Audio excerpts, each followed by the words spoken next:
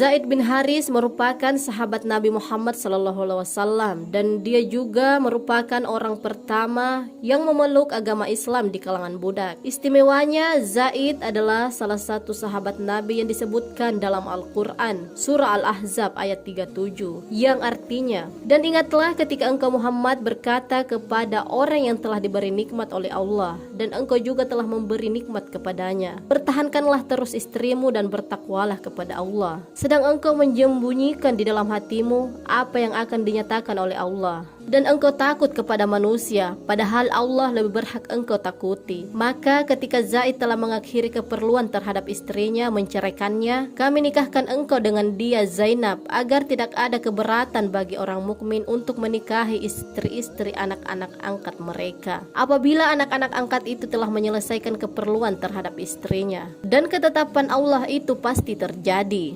Zaid ini dijadikan anak angkat oleh Nabi Muhammad SAW. Dalam perjalanan masa kecilnya, ia pernah diculik dan ditawan oleh salah satu kabilah yang menyerang desa Bani Ma'an, tempat ia tinggal. Lantaran pada saat itu merupakan masa perbudakan, para tawanan dijual sebagai budak di pasar Ukats. Di sana, Zaid kecil dibeli oleh Hakim bin Hizam, yang kemudian dihadiahkan untuk bibinya Khadijah. Kemudian Khadijah menghadiahkan Zaid kepada sang suami Rasulullah SAW untuk dimerdekakan hingga diangkat sebagai anak. Dalam perjalanan masa kecilnya, hingga nama Zaid kembali dipanggil dengan nama pertamanya, Zaid bin Haris. Zaid bin Haris merupakan orang kedua yang memeluk Islam setelah istri Rasulullah SAW, yaitu Siti Khadijah. Rasulullah sangat menyayangi Zaid lantaran loyalitas, kebesaran jiwa serta menjaga hati, lidah dan tangannya. Hal tersebut dibuktikan melalui hadis dari Sayyidah Aisyah. Rasulullah sama sekali tidak pernah mengirim Zaid bin Haris dalam sebuah peperangan, kecuali dengan menunjuknya sebagai komandan pasukan. Andai ia masih hidup sepeninggal Rasulullah, pastilah beliau mengangkatnya sebagai khalifah.